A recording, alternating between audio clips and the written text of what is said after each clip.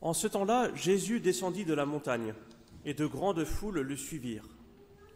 Et voici qu'un lépreux vint se prosterner devant lui en disant « Seigneur, si tu veux, tu peux me purifier. » Alors il étendit la main, et il le toucha en disant « Je le veux, sois purifié. » Aussitôt il fut purifié de sa lèpre. Et Jésus lui dit « Garde-toi d'en parler à personne, mais va, montre-toi au prêtre, et présente l'offrande prescrite par Moïse pour leur servir d'attestation. » Tandis qu'il entrait dans Capharnaüm, un centurion s'approcha de lui. Il l'implorait en disant « Seigneur, mon serviteur est couché à la maison, paralysé.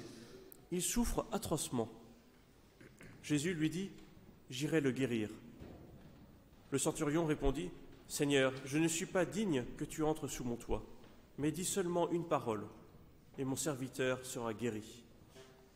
Car moi-même, qui suis en sous-ordre et qui ai sous moi des soldats, je dis à l'un « pars » et il part, et à un autre « viens » et il vient. À mon esclave « fais ceci » et il le fait. Jésus, en l'entendant, fut dans l'admiration. Et il dit à tous ceux qui le suivaient « En vérité, je vous le dis, chez personne en Israël je n'ai trouvé tant de foi.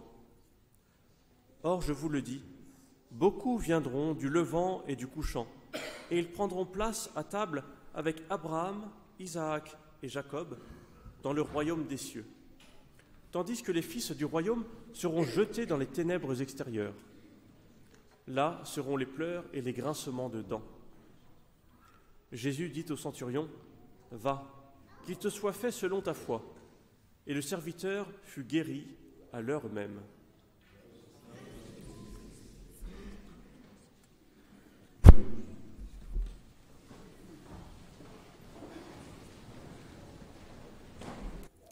Au nom du Père et du Fils et du Saint-Esprit, ainsi soit-il.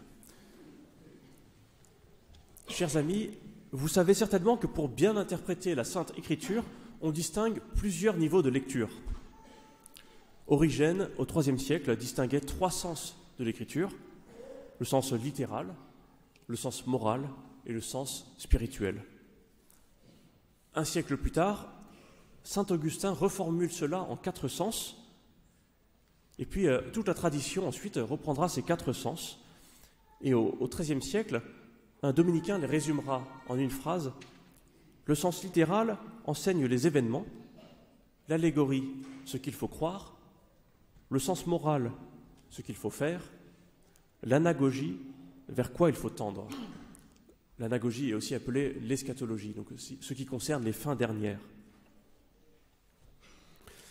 Et les papes Léon XIII et Pie XII ont insisté à travers des encycliques sur la force de ces quatre sens pour bien interpréter l'Écriture sainte. Alors essayons aujourd'hui de les appliquer à l'Évangile que nous venons d'entendre. Commençons par le sens littéral.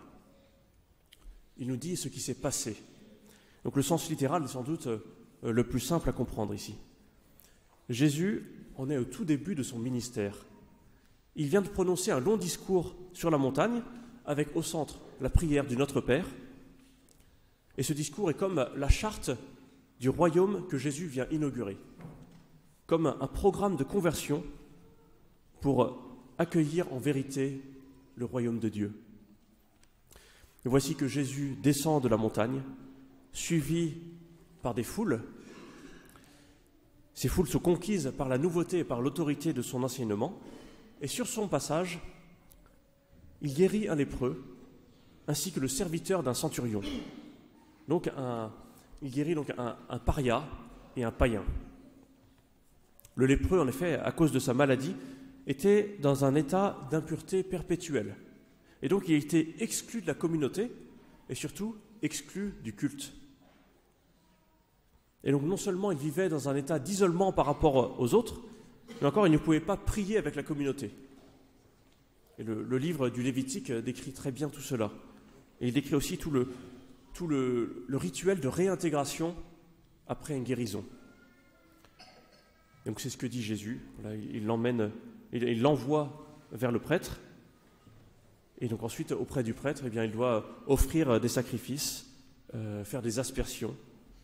Il doit accomplir tout un rituel de purification pour être réintégré dans la communauté. À l'époque, on ne savait pas guérir la lèpre, et le prêtre a dû être très surpris en le voyant arriver. Juste après cette purification, Jésus guérit le serviteur ou le fils du centurion. Le mot grec ou latin veut dire la même chose, le fils ou le serviteur. Donc d'un centurion païen. Et donc ce centurion ne fait pas partie du peuple de Dieu.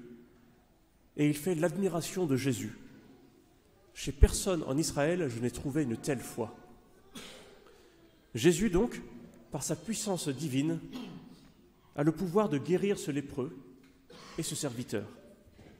Et dans chacun des cas, la foi est essentielle. C'est la foi qui permet au Seigneur d'agir. Passons ensuite au sens allégorique, donc ce qu'il faut croire, et eschatologique, ce vers quoi il faut tendre. Donc pour faire simple, c'est qu'est-ce que le texte nous dit du Christ? Qu'est-ce qu'il nous enseigne sur Jésus? Il y a un mouvement qui traverse toute la narration. Jésus ne fait que descendre. Il descend depuis la montagne, où comme un nouveau Moïse, il a enseigné le peuple, jusqu'à Capharnaüm, qui est au bord du lac de Galilée. Et cela représente d'une certaine manière le mouvement de son incarnation. Saint Paul le décrit admirablement. Il décrit admirablement cette descente du Fils de Dieu dans notre condition humaine. Il écrit « Le Christ Jésus, ayant la condition de Dieu, ne retint pas jalousement le rang qu'il égalait à Dieu. Mais il s'est anéanti, prenant la condition de serviteur, devenant semblable aux hommes. Reconnu homme à son aspect, il s'est abaissé, devenant obéissant jusqu'à la mort et la mort de la croix. » Le Fils de Dieu nous a rejoints dans notre chair. Il s'est abaissé jusqu'au rang du dernier des derniers pour, en quelque sorte, s'unir à tout homme. Il n'est pas venu pour les bien portants, mais pour les malades et les pécheurs. Et Jésus ne se contente pas de rester dans le cercle des pharisiens, qui sont zélés pour la loi de Dieu. Non, il s'adresse à tous et surtout à ceux qui sont dans les situations les plus désespérées. Et il vient leur annoncer la bonne nouvelle du salut, pour les réintégrer dans la communauté qui adore le Seigneur, qui loue le Seigneur. Et Jésus va même plus loin. Il ne fait pas que réintégrer ceux qui sont exclus de la communauté, comme ce lépreux. Il va même jusqu'à guérir le serviteur d'un païen, car Dieu veut sauver tous les hommes. Et en faisant cela, il nous rappelle que le peuple élu n'est pas choisi à l'exclusion des autres peuples, mais qu'il est choisi en vue de porter le salut à tous les peuples.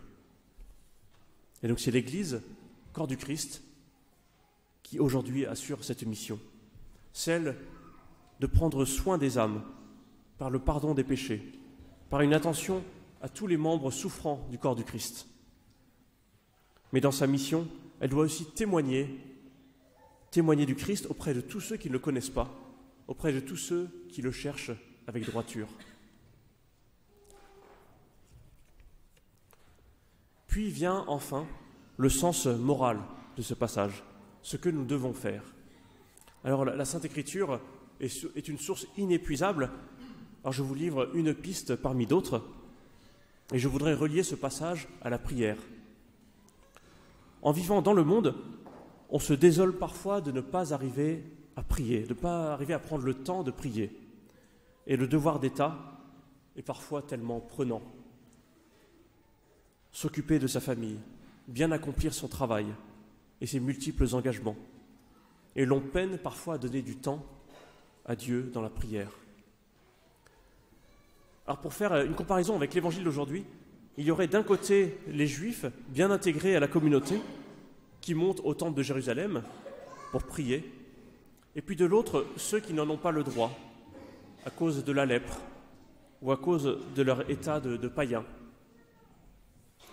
Il y aurait ceux qui auraient le temps de prier, qui arrivent sans difficulté, et puis ceux qui prient dans les occupations du quotidien ou par les épreuves n'arrivent plus à prier. Eh bien, si on a du mal à prier, soyons sûrs que Jésus nous précède, comme Jésus qui descend de la montagne pour aller à la rencontre de ce lépreux, de ce païen. Voilà, Jésus nous précède et il vient à notre rencontre. Et alors c'est l'occasion pour nous de lui confier tout ce qui nous préoccupe. Et cela peut être fait dans le flot des activités quotidiennes, avant une rencontre, avant de rencontrer telle ou telle personne, avant de commencer son travail, en allant en cours. Eh bien, il est toujours possible de prendre quelques instants pour confier ce qui va arriver au Seigneur, de confier tout cela, afin de lui donner une place de choix dans notre journée. Au nom du Père et du Fils et du Saint-Esprit, ainsi soit-il.